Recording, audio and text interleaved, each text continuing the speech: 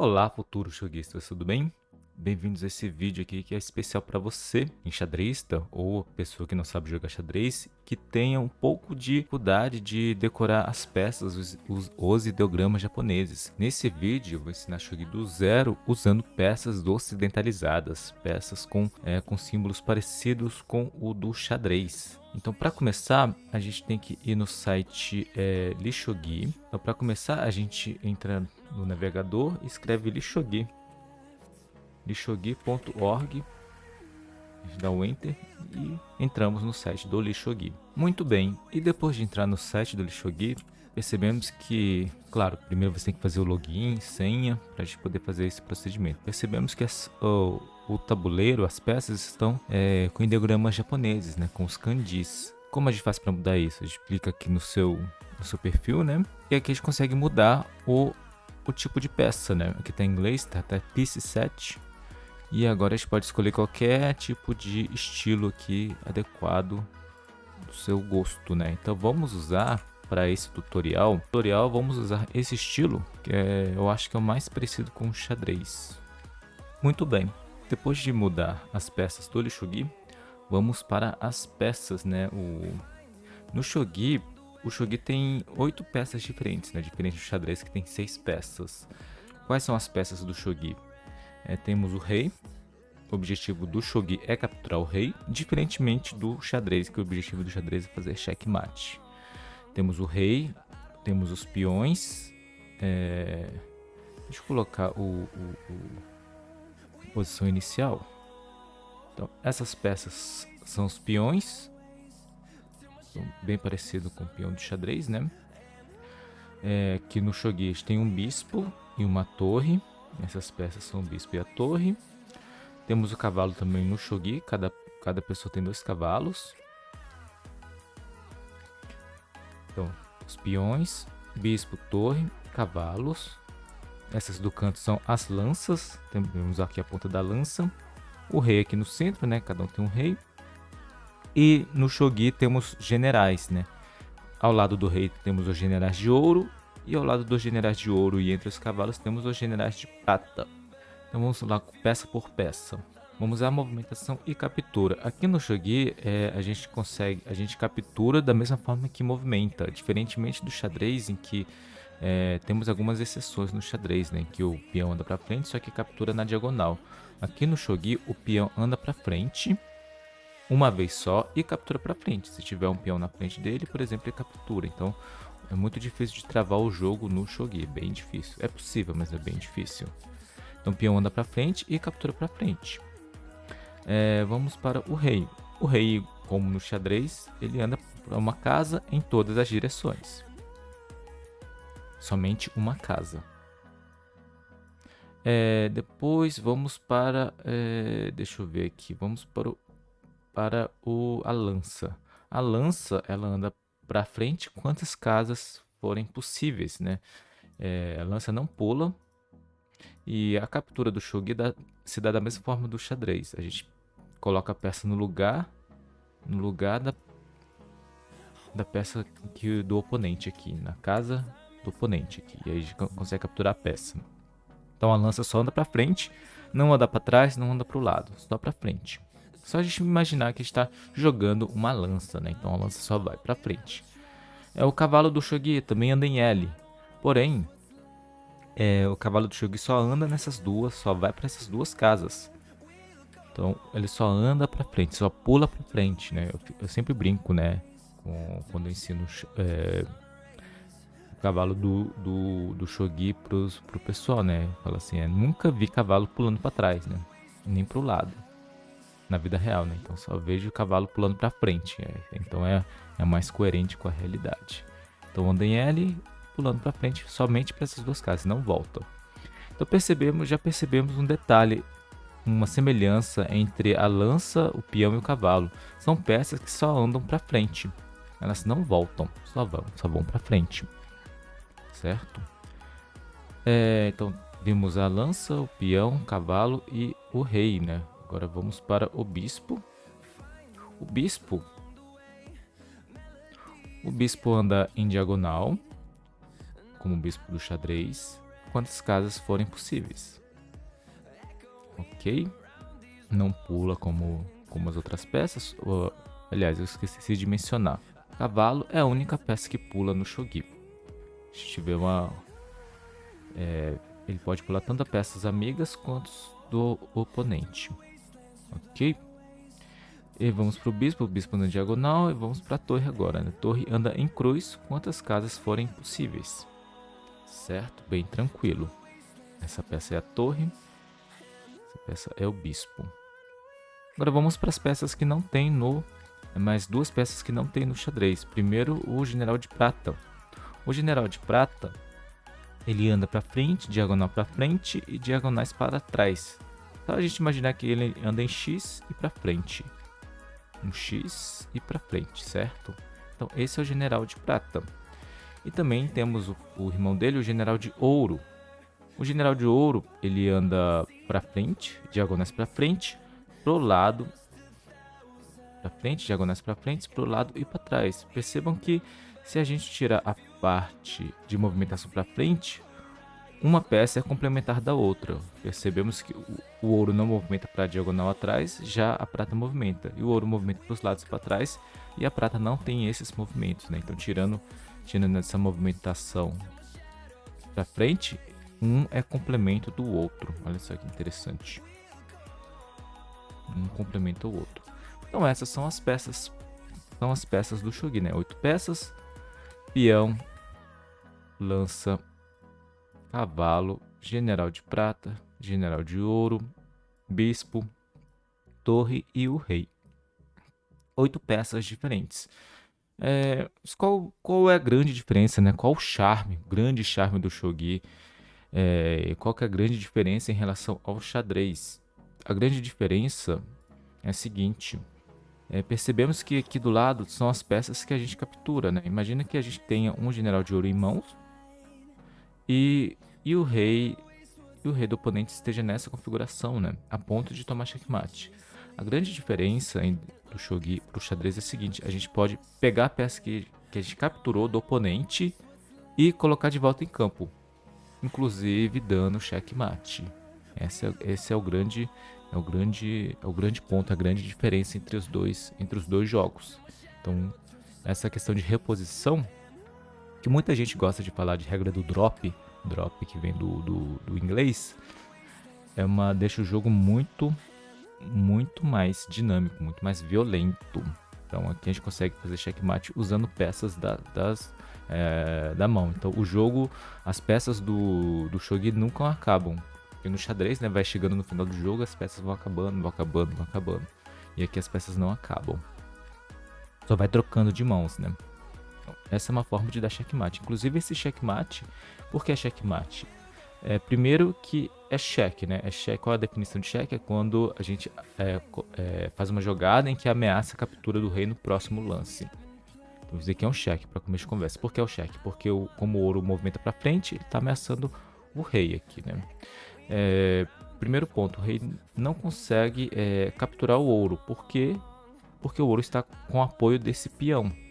Então, se captura o ouro, o peão recaptura aqui o rei, né? Então, primeiro que não pode capturar o ouro. Segundo ponto é que ele não consegue fugir, né? Então, se fugir para o lado, o ouro tem essa movimentação de diagonal para frente. Se fugir da diagonal para frente, o ouro também consegue recapturar. Por isso que é um checkmate. Esse é o checkmate ouro na cabeça. É o grande diferencial do shogi pro xadrez. Certo? No xadrez, quando o peão chega na última linha, o que acontece com o peão? Ele pode ser promovido para qualquer peça. Pode ser promovido para dama, cavalo, torre e bispo. No xadrez, geralmente, ele é promovido para dama e cavalo, né? São as duas opções plausíveis. No xadrez, então, a última linha do xadrez é chamada de zona de promoção. No shogi, a zona de promoção são as 3 últimas linhas. Então, se o peão for andando, vai andando, e chegou na antepenúltima, ela tem a opção, né? É opcional, a promoção é opcional. Ela tem a opção de promover, né? Então, como que a gente promove no shogi, né? A gente pega a peça do vizinho e coloca em campo? Não. O shogi tem a peça da frente, né? E para promover, a gente simplesmente vira ela. É a mesma peça, a gente simplesmente vira ela. E é isso, a gente promoveu. No caso, o peãozinho promove para toquinho, né? Para peão promovido. No caso aqui dessas peças ocidentalizadas, a gente só mudou a cor, né? De peão preto para peão vermelho. Mas para qual peça ele transforma, né? Ele transforma para quê, né? Então, o peão, a lança promovida, o peão promovido, a lança promovido, o cavalo promovido e a prata promovida, elas transformam em general de ouro. Elas transformam em general de ouro. Então, essas 4 peças, peão, lança, cavalo e general de prata, elas perdem a movimentação normal delas e transformam em general de ouro. Então, a lança promovida não tem mais essa movimentação de quantas casas ele quiser para frente. Ele transforma em general de ouro. Relembrando, é para frente, diagonal para frente, para os lados e para trás.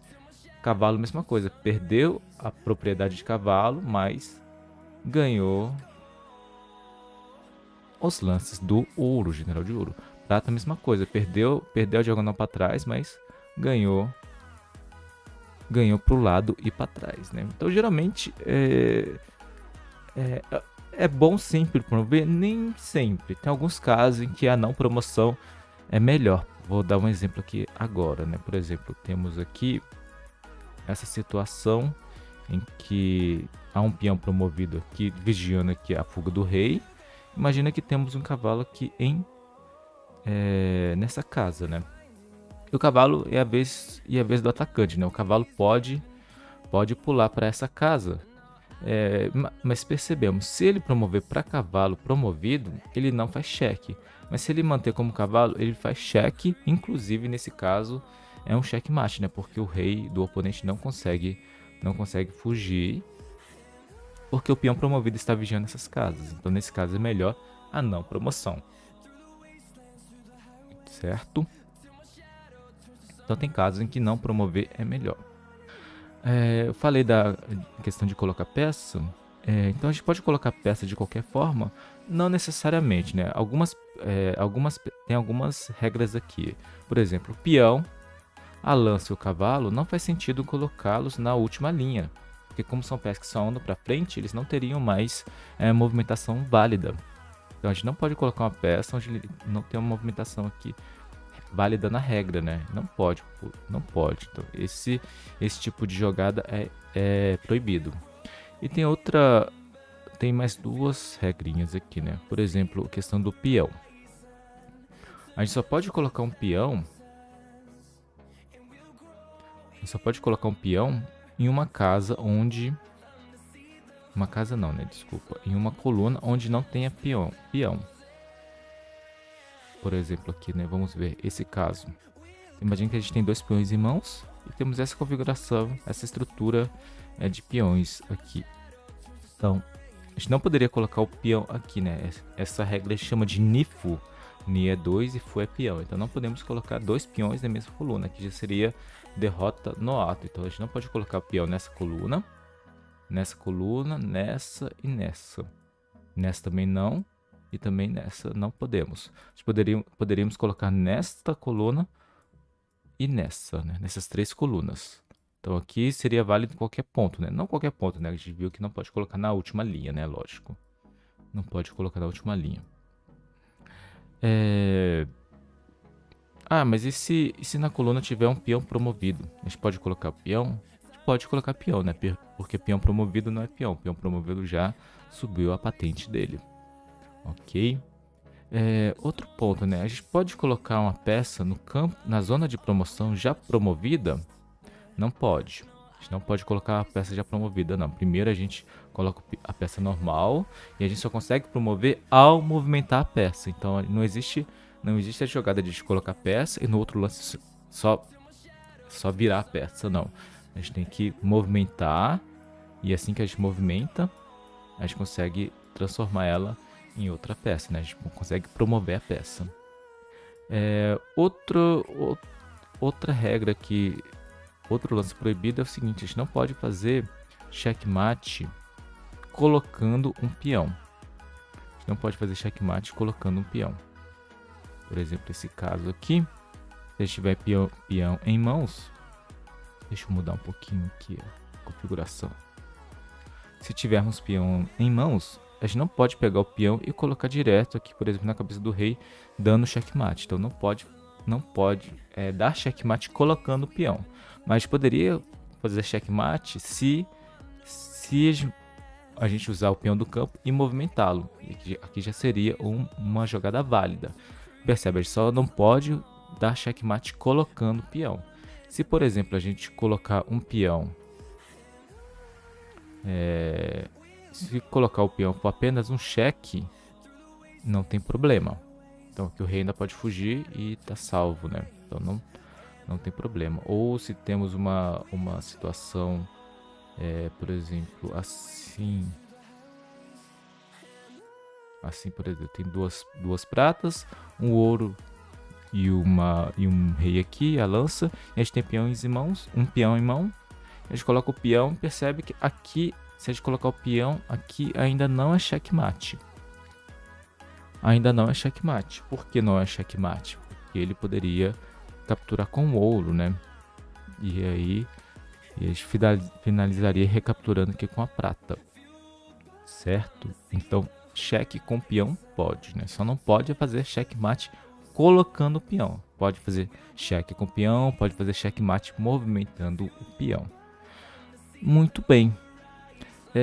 Beleza, então eu já falei das peças, dos movimentos, de promoções.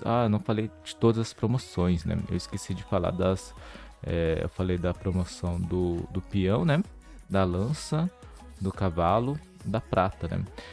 O ouro não promove, nem o rei promove, né? Deixa eu até pegar aqui as peças aqui. Esse aqui é o ouro.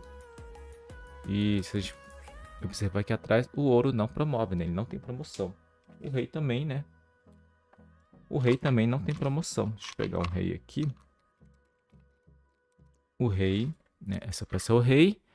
E olha só, o rei também não promove, né?